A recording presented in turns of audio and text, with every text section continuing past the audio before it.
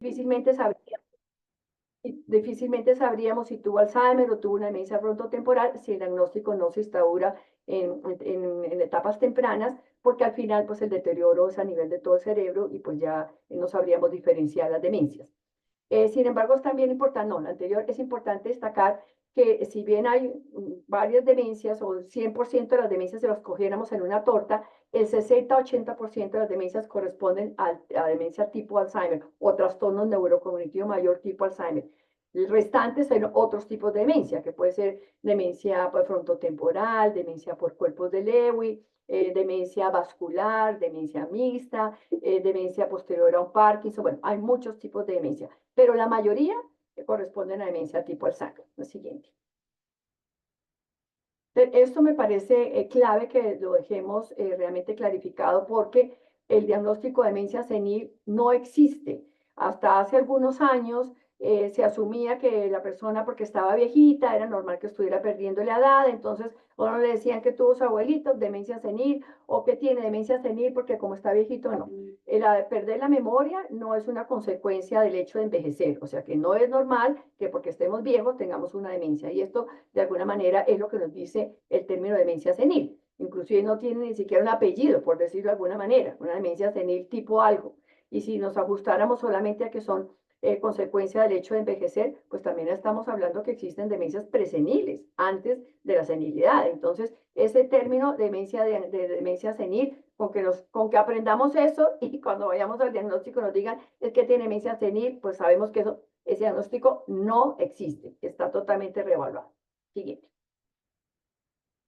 Siguiente, Marta.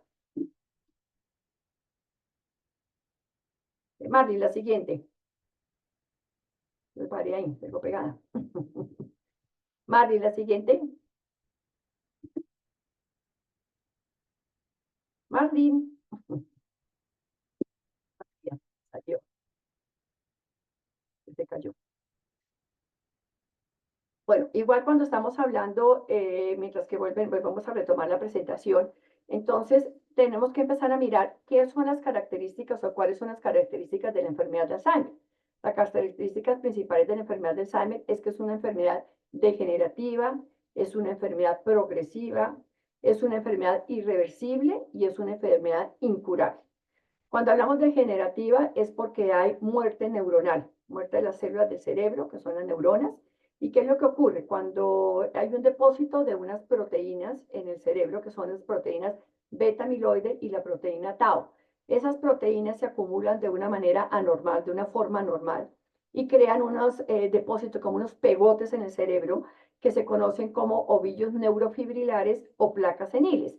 Estos pegotes, porque esa expresión de cómo se ven en el cerebro, deterioran el interior de la neurona y también la interconexión de las neuronas y las neuronas empiezan a degenerarse y las neuronas mueren. En cuanto a irreversible, pues hasta ahorita no se conoce ningún tratamiento que revierta el cuadro demencial, o sea, eso sigue progresando, como lo miramos ahí, es progresivo. Lo que pasa es que esta progresión por lo general es lenta, es gradual, pero es poco a poco en el tiempo va avanzando su deterioro. Sin embargo, ya miraremos con los tratamientos, si bien la enfermedad hasta ahorita es incurable, la enfermedad es tratable y es manejable y eso es importante tenerlo en cuenta. Pues si a eso vamos, estamos en el 2024 y muchas de las enfermedades no son curables. No es curable la diabetes, no es curable la artritis, no es curable la hipertensión, no es curable incluso la gripa. Dicen, mejore los síntomas de la gripa, pero no le cura la gripa. Pues la enfermedad de Alzheimer es igual, es incurable y eso pues le preocupa a uno enormemente cuando es familiar, pero también es importante saber que es tratable y manejable. La enfermedad de Alzheimer por lo general se instaura en personas mayores de 65 años. Sin embargo, es importante también destacar que hay casos en que se manifiesta en edades mucho más tempranas. No sé si ustedes pues tuvieron la oportunidad de hacer seguimiento a todas las investigaciones del doctor Lopera en Yarumal y en Angostura, en esos pueblos de Antioquia, donde existe la población con Alzheimer más grande del mundo. Es un Alzheimer familiar. Y en ese examen familiar hay un componente genético que marca la herencia, o sea, es un Alzheimer hereditario, se conoce como la mutación paisa, ¿sí? Es un Alzheimer familiar. Sin embargo, la mayoría de los Alzheimer no son hereditarios. El hereditario está entre 1 y el 2% y el resto corresponde a Alzheimer esporádicos, ¿sí? Que no tienen un componente hereditario. Cuando tiene un componente hereditario, a diferencia del esporádico, que por lo general se instaura, como les decía, en personas mayores de 65 años, cuando es hereditario puede aparecer en edades tan tempranas como los 30 y tantos años, 40 años. Y el deterioro es mucho más agresivo, mucho más rápido que en el caso por las personas mayores de 65 años, que por lo general, como les comentaba, es lento en el tiempo. Mi mamá, por ejemplo, duró 12 años, pero tenemos personas registradas de 15, 18, 20 años que han tenido la enfermedad. La siguiente. ¿Qué ocasiona la enfermedad de Alzheimer? La enfermedad de Alzheimer ocasiona básicamente pérdida de la memoria y de otras funciones cognitivas. ¿Sí? Cuando hablamos de pérdida de memoria, los que han tenido cerca o conocen de la enfermedad de Alzheimer, pues saben que la memoria que más se afecta es la memoria reciente, es la memoria del aquí, de la hora, de lo que hice, de lo que almorcé, de si me dieron o no me dieron, si me entregaron o no me entregaron, bueno, lo que ocurre recientemente. Sin embargo, hay muchos tipos de memoria, pues que eso daría para un taller solamente sobre tipos de memoria, pero hablemos básicamente de dos, que son las que normalmente vemos como más relevantes y más evidentes en la enfermedad de Alzheimer, que son la memoria reciente, que ya hablamos, y la memoria del pasado, la memoria retrógrada, que se conserva incluso con lujo de detalles por mucho tiempo.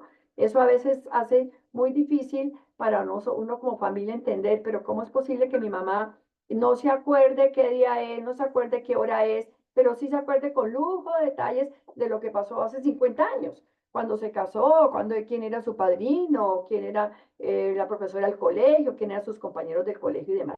Pero la enfermedad de Alzheimer así se manifiesta. Lo primero que se pierde es la memoria reciente. Pero es importante también tener en cuenta que la memoria no es la única función que se compromete en la enfermedad de Alzheimer. Y eso es muy importante tenerlo en cuenta porque cuando cuidamos a alguien y surgen otras situaciones, otras conductas, otros de verdad condiciones difíciles de manejo, uno está atribuyendo que es porque terquedad, que es porque no quiere, que es porque no pone su parte, pero cuando nos damos cuenta que son muchas otras funciones que no son memoria, entenderemos qué puede estar pasando en esa persona que cuidamos. La siguiente. Entonces, cuando hablamos de funciones cognitivas, la cognición es la capacidad que tenemos todos los seres humanos de procesar esa información que tenemos y esa información que nos entra mediante la percepción, el racionamiento, el juicio, la intuición y que nos permite ser funcionales en la vida diaria. Todo eso que tenemos gracias a las funciones cognitivas, podemos ser funcionales y autónomos en la vida diaria. Entonces aquí hay algunas preguntas que porque nosotros todos los que estamos aquí reunidos tenemos conservadas esas funciones, podemos ser en la vida responder a estas preguntas. Por ejemplo, ¿sabe yo qué es una cuchara, qué es un esfero, qué es un suéter, ¿no? ¿Para qué sirve? Poder identificar quién es alguien, poder saber cómo se hacen las cosas, cómo me baño, cómo me visto, cómo hago un desayuno, estar orientado en el tiempo, saber cuándo es la charla, en dónde es la charla, cómo nos vamos a comunicar, si es presencial, cómo llego a la charla, y el tener también justificación de las cosas. ¿Por qué hago las cosas? ¿Por qué tengo que ir a un médico? ¿Por qué estoy reunido en esta reunión? Entonces, pueden tener una capacidad de análisis y de buen juicio. Básicamente, cuando se comprometen esas funciones cognitivas, se pueden resumir en lo que se conoce como las 5 A's del Alzheimer, donde está apraxia, que es la incapacidad de realizar actividades de tipo motor.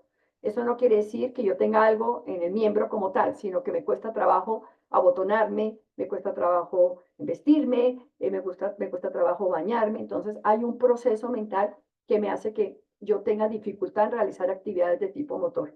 Otro que es la fascia, que es la segunda A, que hace referencia a los problemas que te empiezan a presentarse en el lenguaje. Otra que es la anomia, la incapacidad para reconocer los nombres o para identificar los nombres. La amnesia, que es la pérdida de memoria. Y la agnosia, que es el no reconocimiento, que lo vamos a resaltar un poco más. Entonces son 5 A básicamente, lo que resumiría esto en las funciones cognitivas que se afectan y cuando vemos en un diagnóstico muchas veces pues van a poner nuestros términos. Yo lo estoy poniendo como preguntas, pero puede ser apraxia o puede tener afasia, anomia, amnesia o agnosia, ¿sí? Cualquiera de esas 5 A's.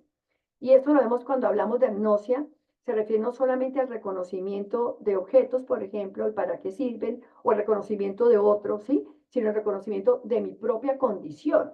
Y yo creo que eso es fundamental que como cuidadores lo tengamos en presente, porque a veces no entendemos por qué no quiere poner de su parte o por qué no quiere ayudarse. Y esto lo entenderíamos si partimos de lo que dice aquí la diapositiva, que uno de cada 3 personas presenta incapacidad para reconocer su déficit. O sea, cada 3 personas con el saber, una no reconoce su condición. Y eso se conoce como anosognosia, el no reconocimiento de mi condición. Si yo no reconozco mi condición, pues que voy a entender que necesito ayuda, que necesito de un médico, o que tengo que tomar los medicamentos. Por eso es que a nosotros nos preocupa tanto el cuidador, porque el cuidador es ahí el polo en tierra, el que estimula y acompaña este proceso para lograr lo que una persona no está entendiendo, pero que nosotros racionalmente como cuidador sí sabemos qué es lo que está pasando. El siguiente. Entre las funciones cognitivas están también estas funciones ejecutivas, que son las que le permitieron a ustedes estar reunidos hoy o hacer sus tareas de la vida diaria, porque implica razonamiento, planificar, para dónde voy, cómo lo voy a hacer, fijarme una meta, tomar decisiones, ser flexible en la toma de decisiones porque esto no me funcionó, anticiparme a lo que pueda suceder, monitorear lo que estoy haciendo, organizarme apropiadamente y llevar de principio a fin una tarea. Iniciar, desde el inicio, de planear, ejecutar y llevar a término. Estas funciones ejecutivas nos permiten ser funcionales en la vida diaria, en cosas tan elementales para nosotros como bañarse. Pero si ustedes pensaran desde que se levantaron de su cama hasta que llegaron aquí, espero que adecuadamente vestidos, no sé cómo estarán allí, pero bueno, vestidos, tuvieron que tener una serie de procesos desde saber que no me bañaba, me tengo que bañar, ¿no? Y saber cómo me baño, todo esto para poder estar hoy presentes aquí o virtualmente en este encuentro. El siguiente. Es también importante pues, destacar el hecho de que están comprometidas estas funciones cognitivas, pero esto hace que también pueda coexistir la enfermedad con trastornos del control emocional. Entonces la persona puede encontrarse pronto irritable, puede encontrarse pronto apática, prevenida, ¿no? A la defensiva, ¿sí? Sin embargo, es importante destacar que el hecho de tener Alzheimer no es per se que la persona va a ser una persona agresiva, ¿sí? Porque a veces dice, ay, no, pues yo voy a cuidar a una persona con Alzheimer, no, porque ella debe ser furiosa. No necesariamente todos son, mi mamá nunca fue una persona agresiva, influyen muchas cosas que las vamos a ver más adelante, pero no encasillar a que la enfermedad de Alzheimer va a entrar en la etapa de la agresividad. No hay ninguna parte en la literatura que diga cuál es la etapa de la agresividad. Hay conductas de pronto que ya vamos a mirar por qué pueden generar una conducta agresiva por parte de quienes cuidamos.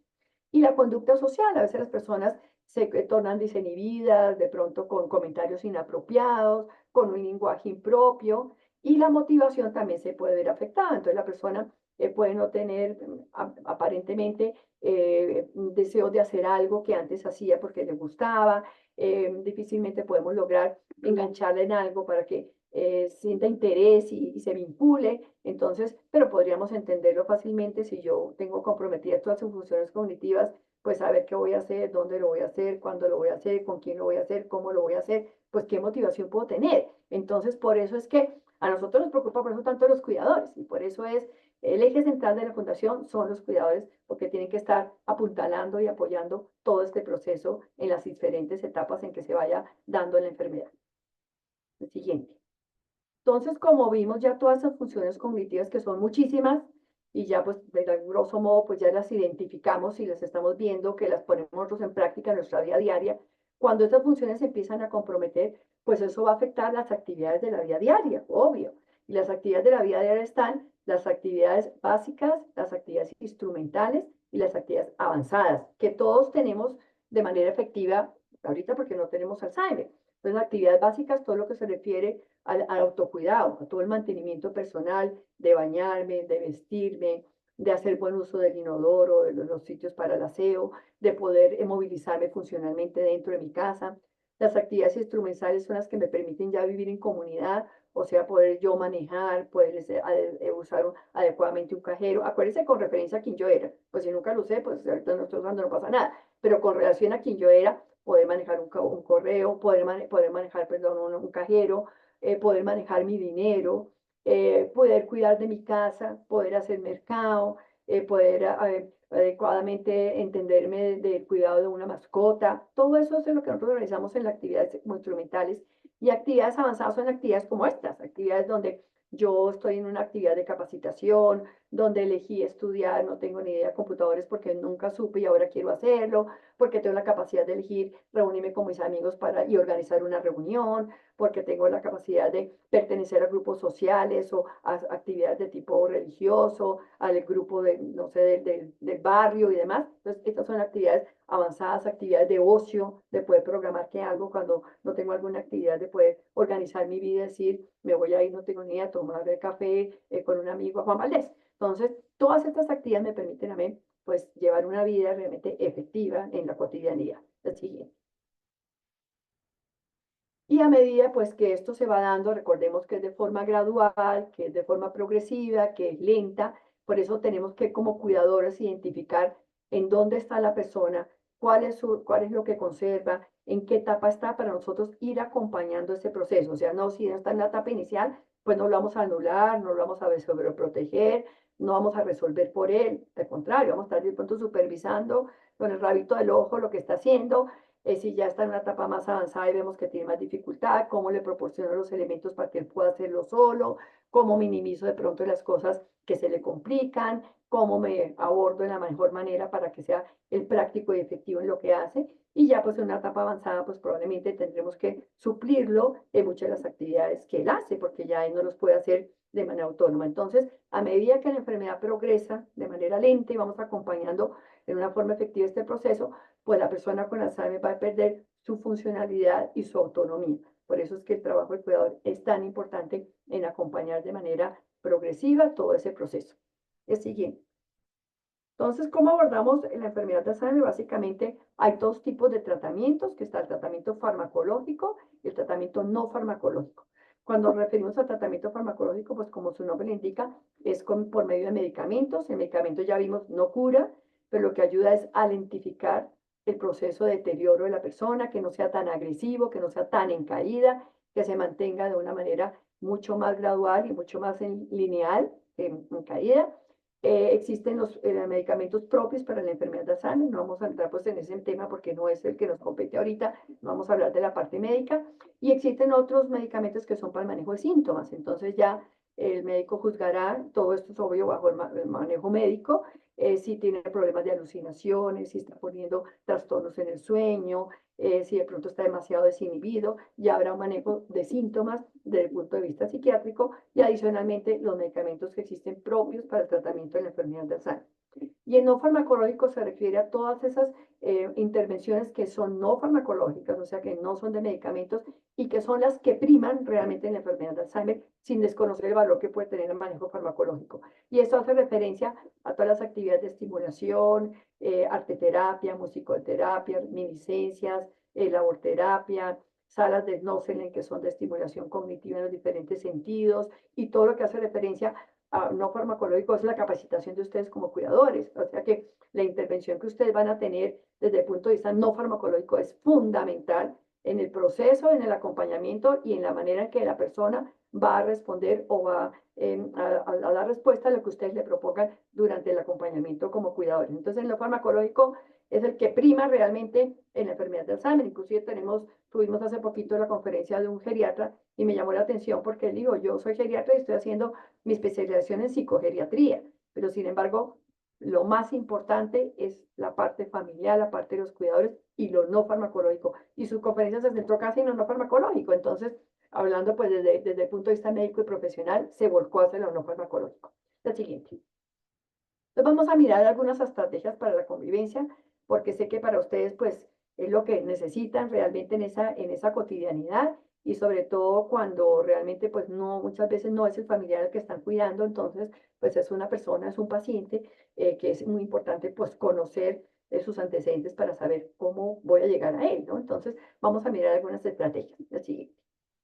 Entonces, lo primero que todo es empezar a ver el mundo a través de sus ojos y entender, por ejemplo, cómo nos sentiríamos nosotros o ponernos en los zapatos o en la realidad más bien, porque ellos decían, los zapatos no, porque no todo el mundo tiene los mismos zapatos, a uno le aprietan, el otro son cómodos, entonces, bueno, en la realidad yo diría que en la piel de esa persona, porque la piel está en todo, donde él no sabe quién es él ni quién eres tú, la persona con Alzheimer, no sabe qué día es, no sabe qué hora es, no sabe en qué año se encuentra, no sabe dónde está, no sabe a dónde quiere ir, no sabe por dónde moverse.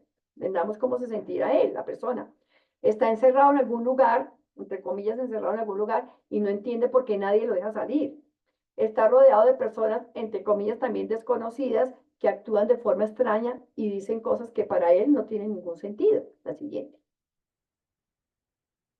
No le entienden, se siente abandonado porque me dejaron hace 5 minutos y para mí el cuidador que era mi soporte en un mundo para mí confuso no está en ese momento, entonces me siento abandonado, no sabe qué hacer ni cómo hacerlo. ¿Mm? Le insisten, le obligan o le apresuran a hacer las cosas, pero papá, pero tienes que, pero es que apúrate. ¿Mm? Hablan y deciden por él, entonces como tiene Alzheimer, pues no lo tenemos en cuenta, resolvemos por él, le vendemos, le quitamos, le ponemos, lo obligamos, no encuentra sus pertenencias. Yo creo que todos los que nos ha perdido algo le genera una inseguridad espantosa si ahorita nos fuéramos a ir para la casa o están en su casa y van a salir y no encuentran la cartera o no encuentran la billetera. Imagínese usted todo el día uno perdiendo cosas, entonces imagínese la inseguridad que le puede generar eso.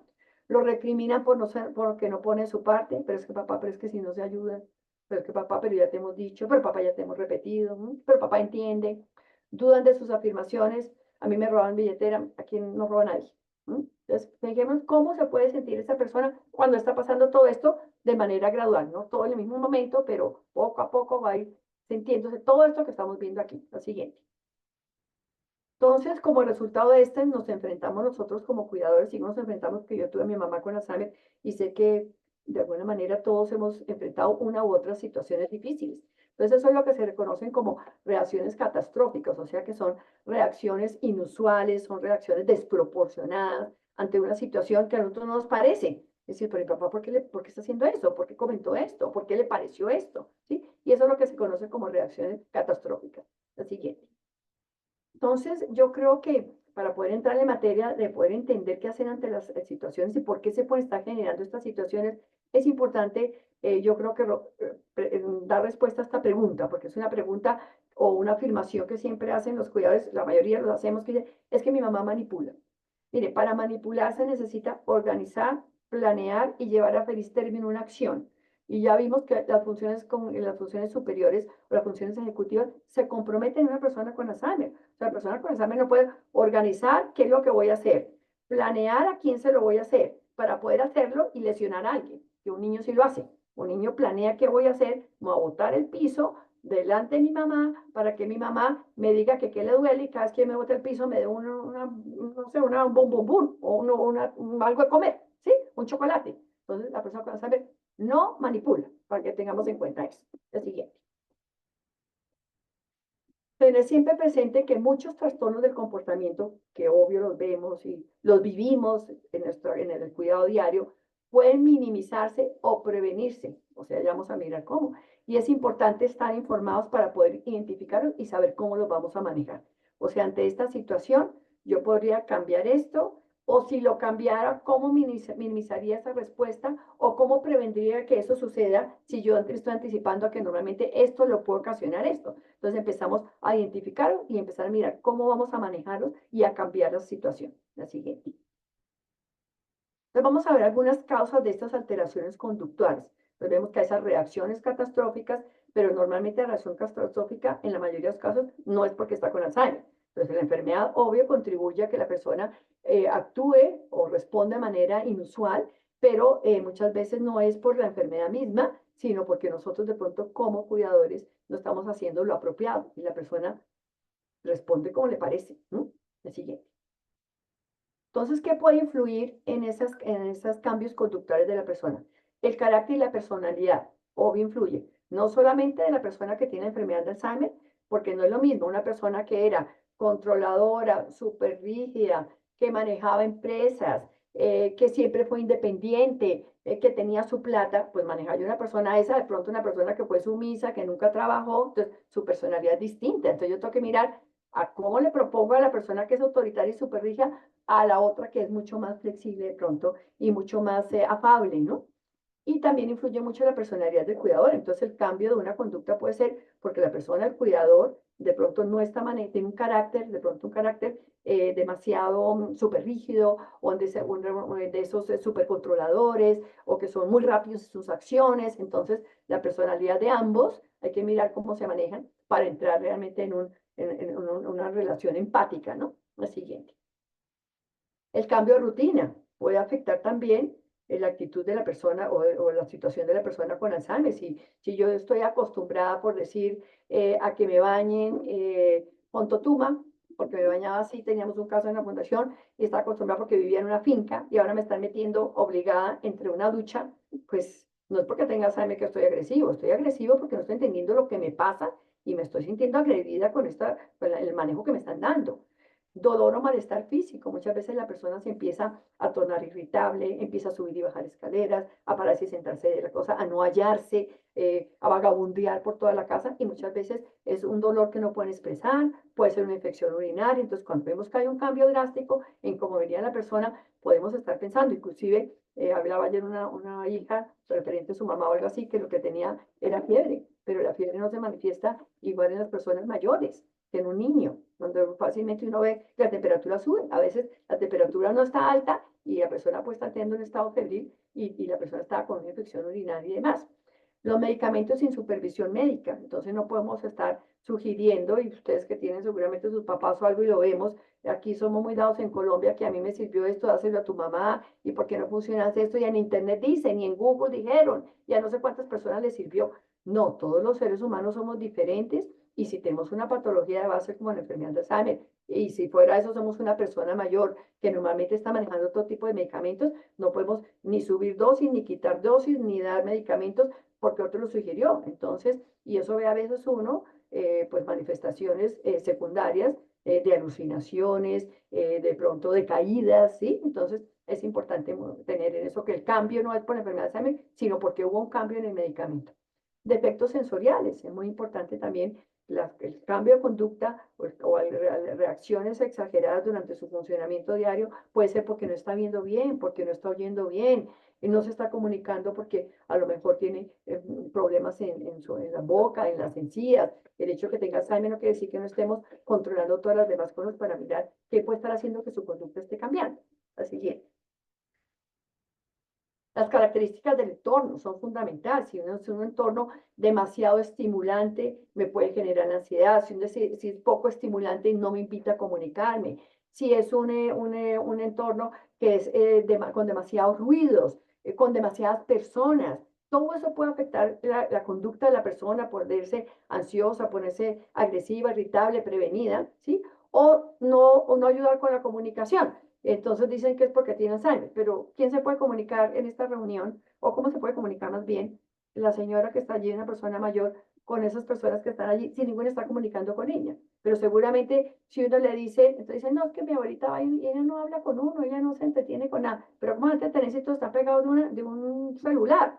Pero seguramente que si yo le pregunto a todos esos nietos que si visitan a la abuela, sí, todos van y visitan a la abuela, visitan a la abuela. No se sientan al lado de la abuela, pero no visitan a la abuela. Entonces, como ella tiene Alzheimer, no tiene nada que ver con que tenga Alzheimer. Lo siguiente, la actitud del cuidador, de lo que hablábamos también. ¿Cómo soy yo? ¿Cómo soy yo en mi cuidado? ¿Cómo me dirijo a la persona? ¿Cómo tengo en cuenta qué es lo que a él realmente, en la forma que yo debo llegar de forma apropiada? ¿Cómo si estoy ansioso, estoy transmitiendo toda mi ansiedad, toda mi inseguridad, toda mi preocupación? Acordémonos que ellos son como unas esponjitas, ¿no? Están recibiendo todo lo que tú le mandas, ¿sí? Entonces, es importante que si el cuidador, que es el que me da a mí el soporte en un mundo para mí, que no tengo muy bien dónde estoy, imagínense si la persona está agresiva, irritable, está prevenida, está preocupada, está subiendo y bajando, está metida en un celular, subiendo y bajando cosas, pues, ¿cómo se torna él? ¿No? Entonces, la actitud del cuidador es clara. Todo eso puede afectar las conductas de la persona. Otra cosa que puede afectar las conductas de la persona es que no hay una buena comunicación, que tengamos problemas con la comunicación, porque recordemos que la persona con Alzheimer tiene dificultad para entender y dificultad para expresarse. Entonces nosotros tenemos que mirar qué mecanismos de comunicación vamos a utilizar con esa persona para que realmente tenga una buena relación y acepte el cuidado también, ¿no? Lo siguiente. Y es muy importante aprender a comunicarnos porque si nos comunicamos bien, vamos a estimular las capacidades y habilidades de esa persona, ¿sí? Vamos a favorecer esa relación, va a ser para nosotros mucho más fácil el cuidado si tengo una buena comunicación y me va a facilitar las tareas de autocuidado, ¿no? Las tareas de cuidado. que se bañe, que se vista, que logremos que vaya a una terapia.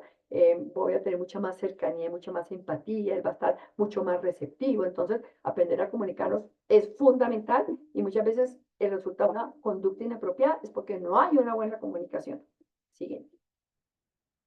Entonces, vamos a mirar algunas estrategias que nos pueden funcionar en la cotidianidad. La siguiente. Entonces está, primero que todo, tenemos que partir de la validación, o sea, validar la realidad de esa persona, que no es la nuestra, ¿sí? Entonces, es reconocer la importancia de las necesidades emocionales del paciente, ¿sí? Aceptar que sus afirmaciones son reales, aun cuando a nosotros nos parezcan que no son. Entonces, para él es real que le robaron su cartera, ¿sí? No imponer, no enjuiciar, no en tratar de cambiar sus sentimientos o sus emociones y tener en cuenta la libre expresión de sus sentimientos. A veces dice uno, pero ¿cómo reaccionó de esa manera tan inapropiada si mi papá era tan educado? Pero ¿cómo mi mamá está diciendo esas groserías? Entonces, debemos tener en cuenta que como resultado de su enfermedad, pues está de pronto expresando o manifestando cosas tal vez de la forma en que no era la persona, pero que la enfermedad la ha hecho de alguna manera cambiar en ese sentido. Entonces, pues tenemos que validar la realidad de la persona. Ese es el punto de partida fundamental. Lo siguiente. Y la importancia de la comunicación, tener la relevancia que tiene la comunicación en el cuidado. Diremos lo que es la comunicación. La comunicación es mucho más que una transmisión de información. Haz, ponte, es la creación de la conexión, donde están implicados todo, el corazón, el alma, los pensamientos, los sentimientos, todo. Cuando estamos con una persona es porque estamos en actitud de estar con él, de compartir con él, de acompañar apropiadamente. ¿Sí? Entonces es muy importante que tengamos en cuenta que es una conexión. La siguiente. Y mire esta frase, si no sabes comunicarte bien con los demás, no sabréis convencer ni motivar. Si yo no me comunico bien, ¿qué lo voy a motivar? Lo que le propongo, ¿qué me va a aceptar? ¿Sí? Y el amor es la forma más elevada de comunicación. O sea que partimos del hecho de que todos estamos haciendo este trabajo por amor, porque lo queremos, porque nos sentimos gratos, porque nos sentimos retribuidos. Cuando nosotros hacemos algo por alguien, es un beneficio personal, incluso emocional y hasta físico, de sentir uno que uno está ayudando pues, a alguien con lo que yo sé, con lo que puedo aportar. Entonces, hacerlo con amor pues, es la forma más elevada de poder comunicarnos con algún ser humano. Siguiente. Bueno, y para la comunicación es importante tener que hay varios mecanismos de comunicación, que son los niveles que son el racional y el emocional. Entonces, es muy importante que tengamos en cuenta que en la enfermedad de Alzheimer se compromete la parte racional. Entonces, la que se exacerba, la que se potencializa es la emocional. O sea, no vamos a comunicarnos desde lo racional, sino desde lo emocional, teniendo en cuenta que también hay muchas formas de comunicación, la forma no verbal y la forma verbal. ¿Sí? Y acordemos que nosotros transmitimos y recibimos muchas comunicaciones de diferente índole, que lo vamos a ver aquí más adelante. Entonces, con la siguiente. Miren la comunicación no verbal. Yo no necesito estar hablando y ustedes están transmitiendo a esa persona que cuida todo. Él está capturando todo con las expresiones de su cara. La expresión de la cara aquí, por ejemplo, nosotros podríamos armar ahí toda una novela alrededor de esas caras y no nos están hablando que está desesperado, que está preocupado, que está llorando, que está ansioso, ¿sí? Y lo mismo pasa con la persona con Alzheimer. Te está leyendo aunque tú no le digas nada. El lenguaje corporal, la forma en que yo me paro ante la persona. Estoy en una forma receptiva, o estoy en una forma prevenida, o estoy en una forma distante, autoritaria. Eso todo lo lee la persona con Alzheimer. La siguiente está todo lo que son los gestos, gestos de aprobación, los gestos de muy bien, sin necesidad de hablar, que yo le diga sí o que me despida. El contacto físico es clave, puede no hablar con palabras, pero hay personas que se comunican en el baile, bailando, ¿sí? Y no necesariamente tienen que estar hablando. Y toda la parte de la comunicación también, en la parte visual, en un abrazo, en estar cerca del otro, en tomarle la mano, y no necesariamente son palabras. Y esto nos lo evidencia esta diapositiva que dice, las palabras no representan ni siquiera la mitad de un mensaje. O sea, fijémonos, todo lo que estamos transmitiendo a nivel no verbal. Lo siguiente. Y teniendo en cuenta que lo no verbal también prima en la persona con Alzheimer porque él estará hablando a través de su conducta sin hablarnos. Entonces, puede no estarme hablando, pero yo puedo leer que porque está subiendo y bajando escaleras como el señor es porque se le perdió algo, porque está ansioso, porque no reconoce su casa, me vuelvo traductor de saber qué le puede estar pasando, que se le perdió algo. la persona que está entrando a un baño, por ejemplo, está ansiosa o no quiere entrar al baño, como en la última actuación que nosotros hicimos, donde la persona entra al baño y dice, yo no entro allá porque allá hay una vieja adentro y una vieja soy yo misma que me estoy viendo en el baño, pero no me reconozco. Él no, puede que no me diga nada, puede que me diga algo o puede que no me diga nada y empiece a rechace. Entonces puede ser el baño, el espejo, que no me estoy reconociendo en el espejo, o puede haber estímulos que me motivan a mí a hacer algo. Si veo, como en este caso, que llegaron los hijos de paseo y todos llevaron maletas, pues a mí el estímulo me está diciendo que empaque y me vaya de aquí. Entonces yo empiezo a ver a la persona que empieza a andar por la casa, a sacar las cosas del closet, a empacarlas en una maleta. No me está diciendo nada, pero está inseguro, está con una serie de estímulos que le hacen ver que como que está no fuera su casa. Entonces no necesita hablarme para yo leer que sus conductas pueden ser por algo que está generando esa conducta. La siguiente. Siempre preste atención a las señales no verbales que recibe y que da, ¿sí? Siempre las que recibe y que da, ahí quedó en completo, porque son las que yo doy, ¿sí? Las no verbales que yo estoy dando, pero las no verbales que yo también estoy recibiendo y las verbales. Tengo que tener cuidado de las dos, porque yo estoy transmitiendo, pero también estoy recibiendo. ¿Qué identifico, pero que también mando de aquí para allí? Lo siguiente. Entonces, uno de los factores más importantes para alcanzar el éxito con la persona enferma es mantener una comunicación efectiva, obvio, probablemente qué digo, qué no digo y demás, pero sobre todo afectiva, porque acordemos que lo que prima es el lenguaje emocional. Siguiente. Entonces, lo importante no es ajustar a la persona enferma a nuestra realidad cotidiana, sino nosotros ajustarnos a su realidad emocional. Siguiente.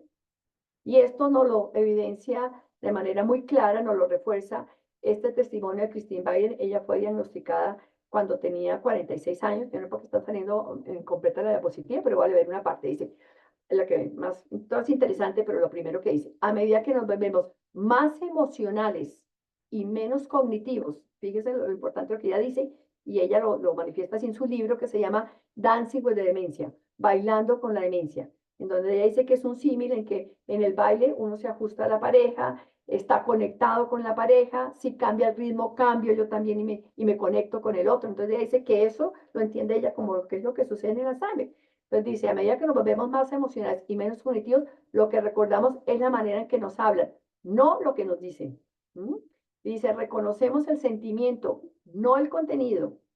Sus sonrisas, risas y carías son los elementos con los que nos conectaremos. La empatía cura. Y dice aquí, solo tienen que querernos tal y como somos, ahí nos dice la encuesta, si son capaces de encontrarnos. Entonces, fíjese, el reto para nosotros como cuidadoras, llegar a esa parte emocional de la persona que está a nuestro cuidado. El siguiente. Entonces, para comunicarnos, voy a ir un poquito más rápido porque ya van a ser las 11 y creo que solamente tenemos una hora. Bueno, es importante siempre acercarse, acordemos que esto es gradual, ¿no? Vamos haciéndolo poco a poco en la medida de que vemos que está más afectada la persona. Tratar siempre de acercarnos de frente, mantener el contacto visual, ¿sí? Identificarse por su nombre si vemos que la persona no tiene claro quién soy yo y dirigirse siempre a la persona por su nombre y en la forma en que le gusta que se refieran a él, ¿sí? Uno le gustará Blanquita, otro no le gustará Blanquita, otro será el doctor Franco, el otro será, no sé, Juanito, pero siempre con el respeto porque eso es lo que me conecta, como se refieren a mí. Yo, por ejemplo, me llamo María Claudia, nunca me han dicho María Claudia, siempre me han dicho Claudia. Si a mí me van a cuidar y me dicen la señora María, pues yo no tengo ni a quién será la señora María. Entonces es muy importante ver cómo nos conectamos. El siguiente. Sea cuidadoso y preciso con la información, o sea que unas informaciones demasiado amplias, con demasiado detalle, terminan por coger un pedacito del mensaje. Y puse aquí esta caricatura que me parece que es muy gráfica, dice, vete al súper, limpia el sofá, friegue, seca los platos, mira si hay leche, cuelga la ropa, quita el polvo a la tele, compra un desatascador y saca al perro un rato. Y la persona cogió el pedacito y dice, vete al sofá y mira la tele un rato. Y después nosotros llegamos, pero papá, pero si tú leíste, pero si yo sí te dije, pero que hicieras el almuerzo, que pusieras a tal hora el microondas, que no lo fuera a dejar más tiempo, que lo sacaras, que tuvieras cuidado de sacarlo, que a las 12 almorzaras y cuando llegó, no almorzó. O hizo la mitad de la información. Lo siguiente. Respecto a las preguntas, de evitar las preguntas abiertas, las preguntas abiertas que me implican a mí organizar todo un proceso mental para poder estructurar una frase o una oración y contestar de manera apropiada lo que tú me preguntas. ¿Qué te pasa? Imagínense contestar, ¿qué te pasa? ¿Qué quieres? ¿Qué hiciste hoy? ¿Qué almorzaste? y se acuerda. Esas son preguntas abiertas y sobre todo el desacuerda, pues nos tenemos que acordar nosotros que no tenemos examen, que él no se acuerda, entonces no me puedo preguntar que si se acuerda. Las preguntas que me implican a mí todo un razonamiento, hay que evitarlas. Utilizar más bien la siguiente, que son las preguntas cerradas, ¿sí? Las preguntas cerradas son las que me permiten a mí contestar, ¿sí? Y limito el número de opciones. Entonces, si yo voy a proponerle que se tome un jugo, no voy a hacer una pregunta abierta o una pregunta con una cantidad de información, que si quieres jugo de papaya, de mandarina, de melón, no tengo ni idea, de guayaba, de tomate de árbol, de níspero, no. Entonces la persona queda loca con esa cantidad de información. Tal vez si le digo y sé que es lo que le gusta, papá, ¿prefieres jugo de naranja o prefieres jugo de mora? ¿Mm? O si voy a venderle la información, y él puede responder y escoger lo que le gusta, porque lo va a proponer de lo que sé que le gusta. O voy a proponerle que si quiere, no sé, para el desayuno, jugo de naranja o café, ¿no? Y si de pronto veo que tiene dificultad para identificar a qué me refiero yo, ¿qué tal si lo refuerzo con un estímulo visual? ¿Quieres jugo de naranja? Y te muestro jugo de naranja. ¿O quieres café y estoy haciendo en la cafetera? O él mira cómo huele rico, ¿sí? Entonces permíteme ubicarme y poder ser asertivo en lo que conozco, en lo que corresponde. Lo siguiente.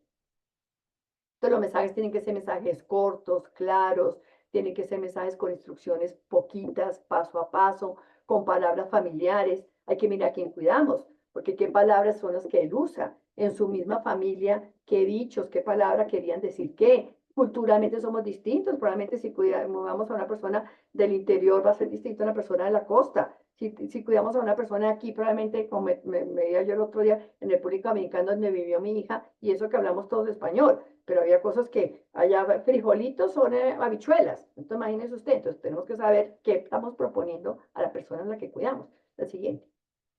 Siempre mantener la calma, ser pacientes. Sé que es difícil, pero en la medida que estemos capacitados para poderlo hacer, pues vamos a ser más pacientes, no ser acelerados, darle tiempo a que la persona pueda expresarse, tener en cuenta el tono de la voz es claro, porque un tono demasiado subido, con un tono demasiado grave, es como impositivo, es como de control, invita al rechazo.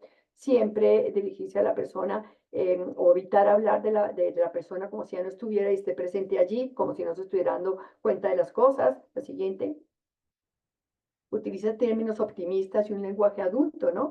Como siempre lo hiciste bien, qué bien lo que tú sabes, ayúdame con esto, qué bueno que tú conté con tu ayuda. Y el lenguaje siempre adulto no es un bebé, no se vuelve un niño, es una persona que merece respeto, es una persona mayor y con esa misma medida la debo tratar, ¿sí? Es una persona que está enferma, pero es una persona que merece respeto.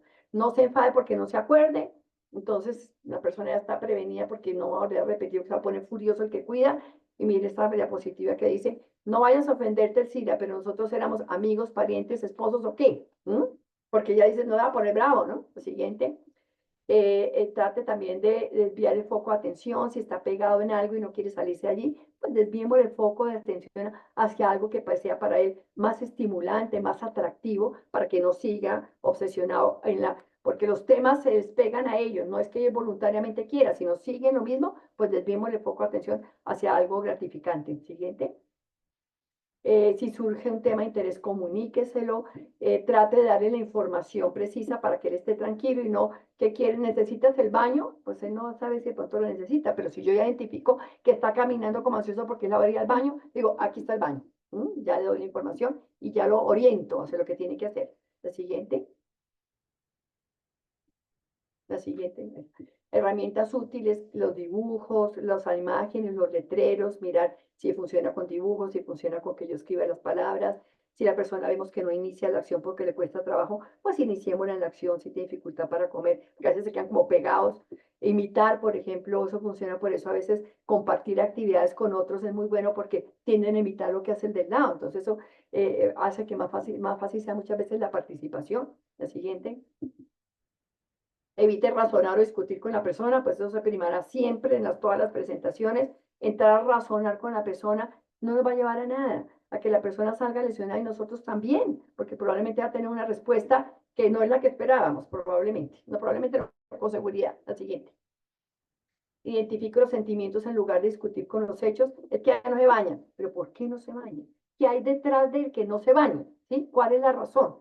¿Cuáles son los motivos? ¿Cuáles son las situaciones? ¿Qué podría yo cambiar? ¿No? Siguiente.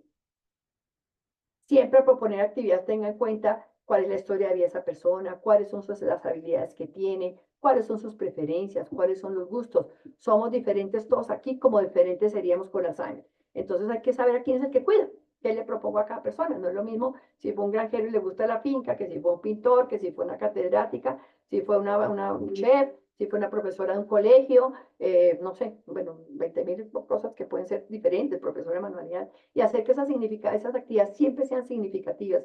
Y mira, aquí tenemos una actividad que es placentera y significativa para cualquier persona, que es nuestro coro inolvidable. Las personas no le estamos obligando a ir, no las están agarrando a la fuerza, no se están ni siquiera saliendo de la actividad para irse, porque están en una actividad que es significativa para ellos. Esto es nuestro coro inolvidable. Siguiente.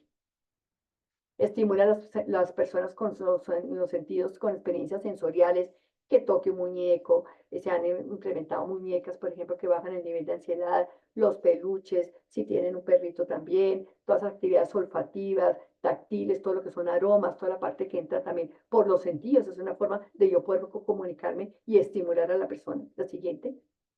Es importante saber qué enfermedad tiene la persona, pero sobre todo lo que hablamos, ¿quién es la persona que tiene esta enfermedad? Entonces podemos saber qué tiene Alzheimer y es importante saber si tiene demencia frontotemporal, si tiene Alzheimer. Pero ¿quién es la persona en la que yo estoy cuidando? Y para ustedes creo que es fundamental el referente familiar.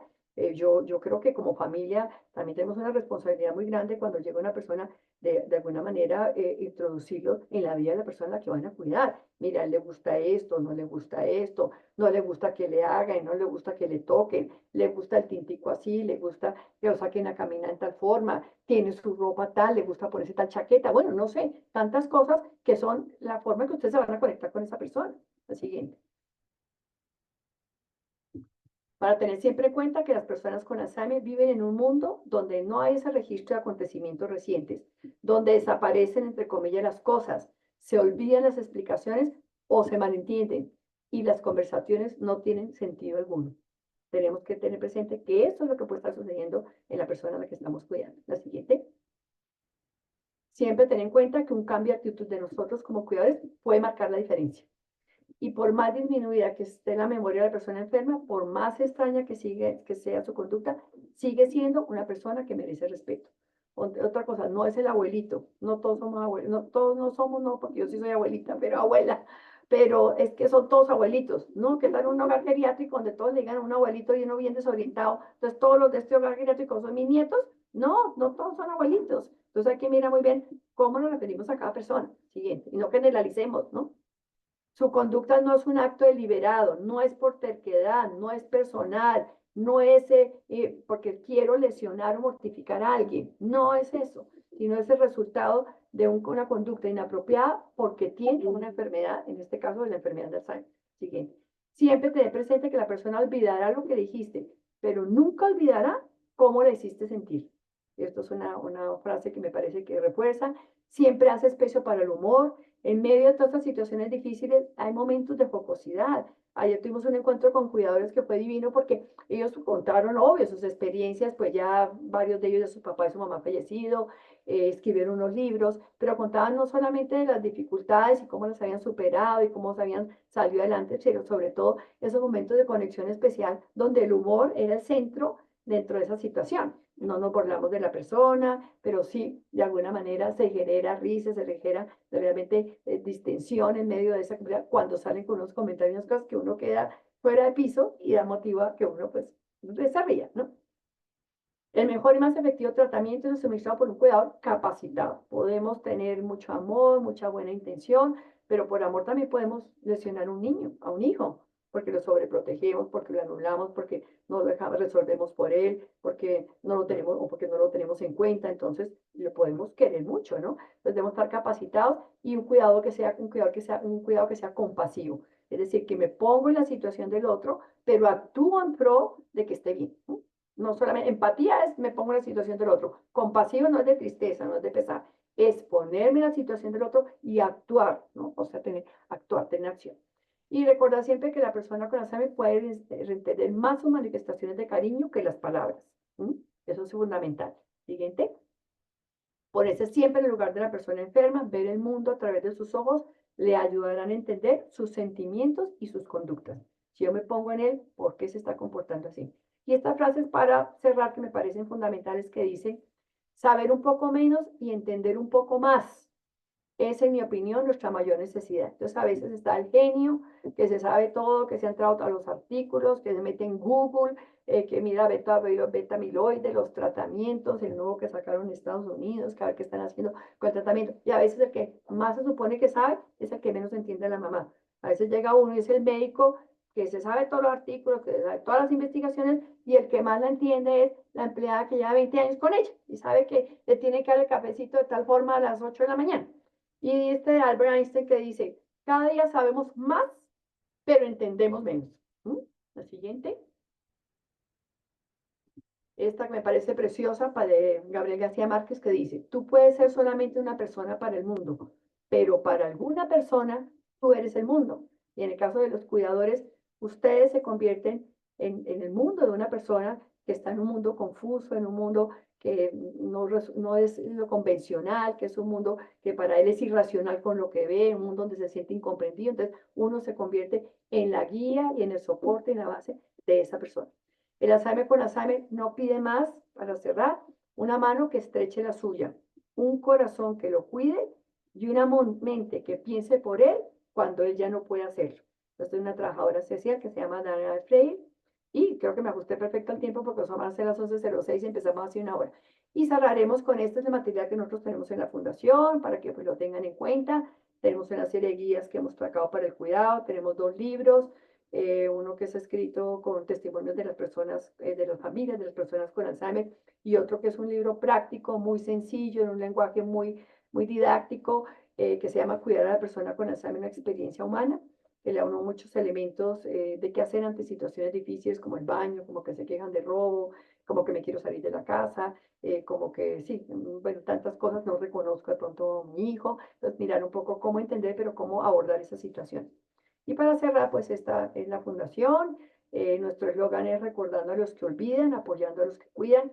No nos olvidamos de las personas que tienen enfermedad, pero por eso apoyamos tanto a los que cuidan, porque sabemos que en la medida en que quienes cuidan estén capacitados, entiendan la enfermedad, la acepten, encuentren estrategias prácticas que hagan más fácil y más gratificante esa convivencia, pues esto va a contribuir a la mejor calidad de vida de la persona que cuida, de la que es cuidado, porque debemos partir del hecho de que en este proceso es importante la persona con Alzheimer, claro, pero que el cuidador es fundamental y debe partir de que el cuidador se cuide, porque un cuidador que cuida puede ser un buen cuidador.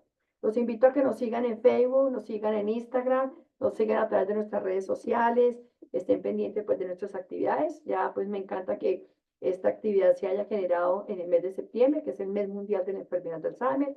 El 21 fue el día propiamente dicha de conmemoración del mes de enfermedad de Alzheimer. Entonces nos encanta que este mes hemos tenido una cantidad de actividades y una de estas pues es esta que estamos propiciando, hemos llegado a las parroquias y más. Entonces me parece que es muy importante sensibilizar y concientizar frente a un tema que cada vez cobra más relevancia en el mundo, precisamente a raíz también de la mayor longevidad y las mayores expectativas de vida en el mundo, donde probablemente nos vamos a ver abocados a un gran número de personas con Alzheimer. Por eso tenemos que preparar a los cuidadores, formar a los cuidadores y también trabajar pues todos en la parte de disminuir factores de riesgo que puedan contribuir a la aparición de una demencia. No sé si hay alguna pregunta, algún comentario, no sé, Víctor, si estás por ahí. Eh, Antes de iniciar como tal con los comentarios, en este momento acabo de compartirles la evaluación de adherencia y el listado de asistencia por el chat de Zoom para que por favor nos puedan brindar el apoyo y el diligenciamiento. No sé si hay alguna pregunta o algún, no sé, contribución de algunas experiencias personales que hayan aprendido en ese cuidado, en esa cotidianidad, algunas anécdotas, algunas, no sé, algunos compartiles de testimonios y demás que de pronto hayan vivido también con sus familias, ¿no? Porque yo creo que en esta trabajo conjunto, pues ustedes son muy importantes, pero yo creo que para ustedes también son vital, pues las familias como parte de ese equipo y de ese engranaje que debe haber alrededor de una persona con Alzheimer, porque eso no puede ser alrededor de una sola persona, eso es familia, es cuidador, es el médico, es el entorno social, familiar, de todo. No sé, Víctor, pues creo que no hay preguntas ni nada, Víctor, entonces. Si no tienen como tal preguntas o comentarios por realizar, pues entonces ya daríamos por finalizada nuestra capacitación. No siendo así, pues obviamente muchísimas gracias a todos por la asistencia y el apoyo en la capacitación. Creo que nos están haciendo una pregunta desde el chat. Y Pues aquí contestemos un comentario. Aquí hay un chévere. comentario que nos hace Shirley Alejandra.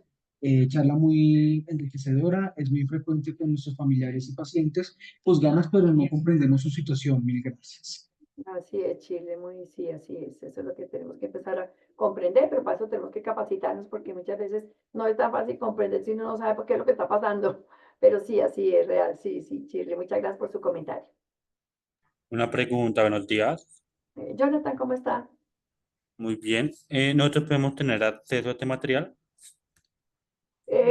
Claro que sí, por supuesto. De hecho, Diego, el material está ya grabado, entonces se les estaría haciendo llegar por listado de difusión para que puedan tener pues, compartimiento de este mismo. Perfecto, perfecto, Víctor, sí, para que se los comparta. Listo, bueno, y Vale, seguimos gracias. en contacto con Aliviamos, porque sé que a través de ellos, no solamente esta actividad, sino promuevan y incentiven, inclusive vamos a tener la posibilidad en octubre, que los invito, los estaremos compartiendo con ustedes, Víctor, hay una obra de teatro que está precisamente alrededor del tema de Alzheimer, fue puesta en escena por María Cecilia Botero, y nos van a dar una de las premieres en octubre, que me interesaría muchísimo que fueran, Maricela Otero es una excelente actriz y es una puesta en escena muy respetuosa, pero muy real del tema Alzheimer. Y le estaremos haciendo saber para que vayan ustedes, pero también lo promuevan sus amigos, sus vecinos, sus familias y demás, porque necesitamos empezar a concientizar y sensibilizar frente a este tema. Claudia, muchísimas gracias por la invitación y claro que sí, de igual manera, pues Instagram espera que me compartieras como tal la información para poder difundirlas a todos los colaboradores. Para así mismo, pues los que quieran participar y quieran asistir, pues obviamente bienvenidos. Muchísimas gracias por la invitación, Claudia. Perfecto, Víctor. Un abrazo para todos muy especial y bueno, que sigan con esa linda labor que realizan, que sé que es noble, pero también es desafiante, retadora, es cambiante, pero que encuentren pues todos esos recursos de apoyo y cuenten con la fundación en lo que puedan necesitar también. A ustedes felicitaciones de verdad, Víctor, desde Aliviamos por propiciar estos espacios. Cómo nos encantaría que en todas las empresas y demás donde están capacitando, donde tengan personal para ofrecer, pues estén preocupándose realmente por formarlos. Muchas gracias a ustedes por darse esa oportunidad también. Claudia, a ti, pues muchísimas gracias por compartir también este espacio con nosotros y nuevamente pues a los colaboradores muchísimas gracias, pues esto ha sido pues un espacio que principalmente para todos.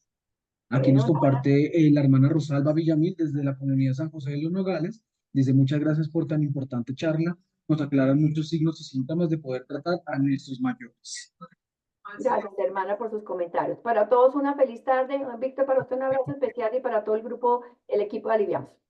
Claudia, a ti muchísimas gracias a todos, muchísimas gracias. No olviden, por favor, brindarme el apoyo para el diligenciamiento del listado de asistencia y la evaluación de adherencia. Muchas gracias a todos y que tengan un excelente día. Claudia, muchísimas gracias Buen día nuevamente. para todos. Chao, chao.